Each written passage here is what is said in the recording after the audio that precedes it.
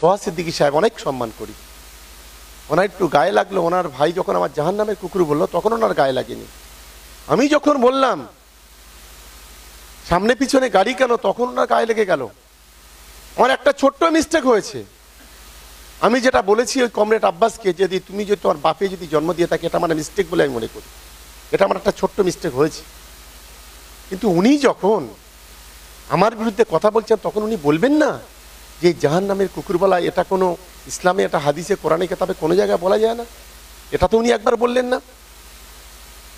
আমি আপনাদের মাধ্যমে ওনারে বলি, বেশি আমাদের ঘাটাবেন না। আমরা জানি আপনি কোথায় কি করেছেন, কোথায় কি করছেন, এটা আমি করব না। কিন্তু আমার অনুরোধ, কোনো কথা বলার আগে একটু বিবেক করে বলবেন। আমরা অপরাধ করি বলবেন, আমাদের দুগার ডেকে চড় মারবেন, কিন্তু ইসলামকে ধ্বংস করবেন না, সোসাইটিটাকে বিপদে পরিচালিত করবেন না।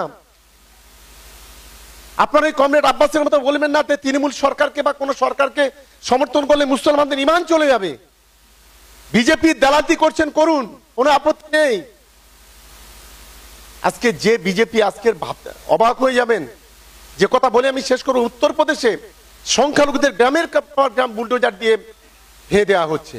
ফ্রিজে মাংস রাখলে তাকে খুন করা হচ্ছে, মোটর সাইকেলে মাংস নিয়ে এসে তাকে খুন করা হচ্ছে। কোথায় প্রতিবাদ? বসবাস করে আমাদের 16% আমার হিন্দু ভাই বোনেরা বসবাস করে, 10% আমার আদিবাসী ভাই বোনেরা বসবাস করে, আর খ্রিস্টান ভাই বোনেরা 2% এই বিধানসভা। আমার মনে হচ্ছে গত বিধানসভাতে আমার একটা অংশের মুসলিম ভাইরা আমাদের সঙ্গে অনেক গাদ্দারি করেছে। যে বিধানসভাতে একটা রাস্তাঘাট ছিল না, পানীয় জল ছিল না, বিদ্যুৎ ছিল না, একটা আমাদের পবিত্র স্থান হচ্ছে কবরস্থান, যে কবরস্থানের একটা প্রাচীর ছিল না, যে জমিগুলো একটা কাটতে কাটতে শালি হয়ে যাচ্ছিল, আজ আমাদের সরকার, আমাদের প্রিয় মুখ্যমন্ত্রীর জন্য আজকে সেখানে অনেক কবরস্থানগুলোকে আমরা কোটি কোটি টাকা ব্যয় করে পাঠিয়ে দিতে পেরেছি।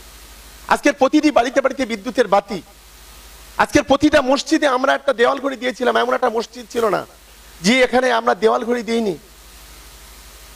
এখানে মসজিদের পাশাপাশি আমরা মন্দিরকেও দিয়েছি, যাতে করে সম্প্রীতিরা বজায় থাকে। আমরা চেষ্টা করেছি এই বিধানসভার অলিতে গলিতে রাস্তাঘাট তৈরি করা। আমরা চেষ্টা করেছি আমাদের এই এলাকায় পানীয় জল থেকে শুরু করে সার্বিক উন্নয়ন ঘটানো।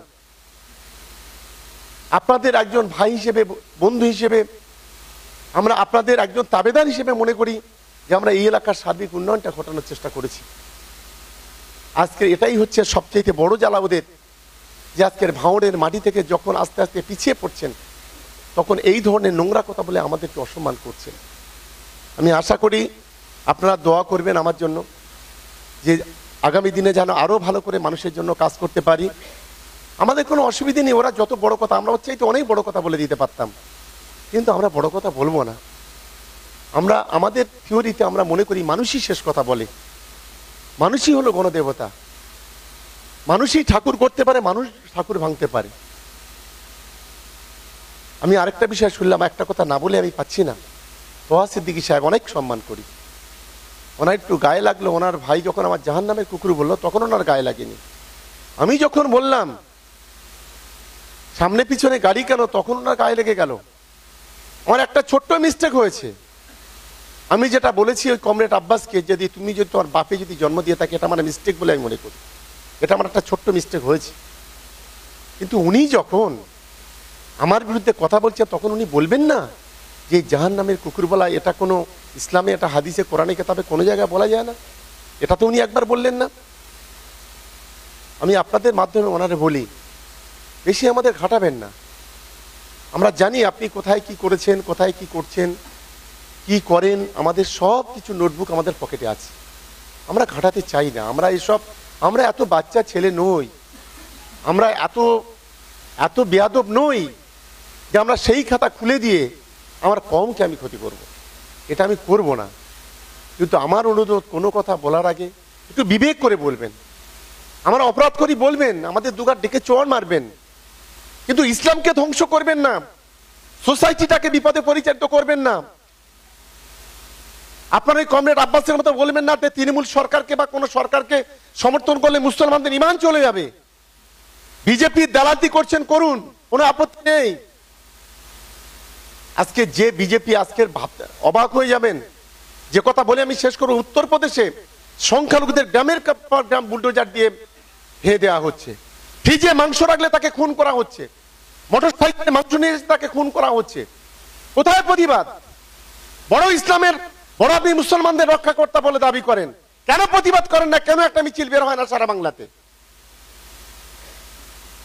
দিল্লিতে নামাজ পড়ছে, পুলিশ গিয়ে লাথি মেরে বুকে লাথি মেরে তুলে দিচ্ছে জুম্মার নামাজ। আপনারা অনেকেই দেখেছেন, কি দেখেছেন তো নাকি? অনেকেই দেখেছেন। কই একবার প্রতিবাদ করেন না তো? শুধুমাত্র সকালে সন্ধ্যে বিজেপির সঙ্গে বসবেন, কোলাকুলি করবেন, বিজেপির বিরুদ্ধে একটা কথা বলতে পারবেন না। নওশাদ বিধায়ক হয়েছে ভাঙড়ের, আজকের গরিব মানুষের উপরে ট্যাক্স। কটা মিটিং করেছে? আপনি চাল সবজি কিনতে যাবেন, সেখানে আপনার 10%, 12-18% ট্যাক্স। কটা প্রতিবাদ করেছে? আজকের এনআরসি এর মতো সর্বনাশ আইন, এখান থেকে 2 কোটি মানুষকে ঘাট ধাক্কা দিয়ে পাঠিয়ে বাংলাদেশে পাঠানোর কথা বলা হলো। কারা 2 কোটি মানুষ? বাংলায় 10 কোটি মানুষের মধ্যে 2 কোটি মুসলিম মানুষ, তাদেরকে ইঙ্গিত করে বলা হলো। কই আপনি প্রতিবাদ করলেন না তো? আপনি ওয়াকফ সম্পত্তি, যেটা বলেই আমি শেষ করব, হঠাৎ করে কলকাতা গিয়ে নিজের টিআরপি বাড়ানোর চেষ্টা করলেন।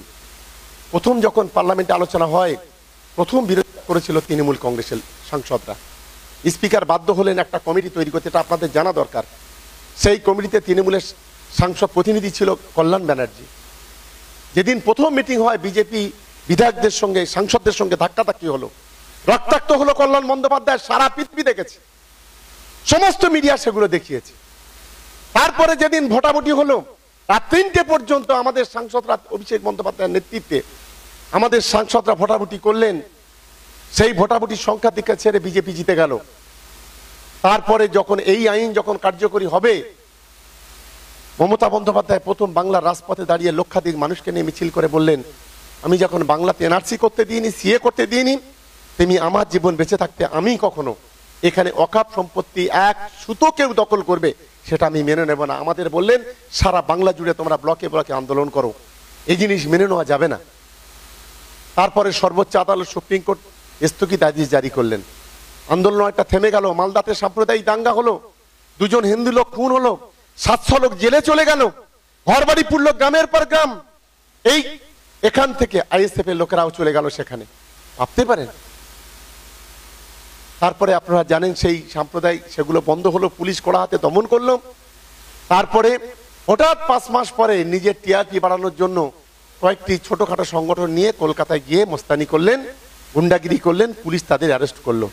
এটা আপনাদের মাথায় রাখতে হবে, এরা মুসলমানের ভালো চায় না। আমি তাই আপনাদের সকলকে অনুরোধ করব, আমার সমস্ত বুজুর্গ ভাইরা যারা আছে, আমার হুজুর কেবলারা যারা আছেন, সকলে মিলে আপনারা আমাদের জন্য দোয়া করবেন এবং অন্যায়ের বিরুদ্ধে প্রতিবাদ করবেন। এই কথা বলে আমার কথা শেষ করছি। আসসালামু আলাইকুম।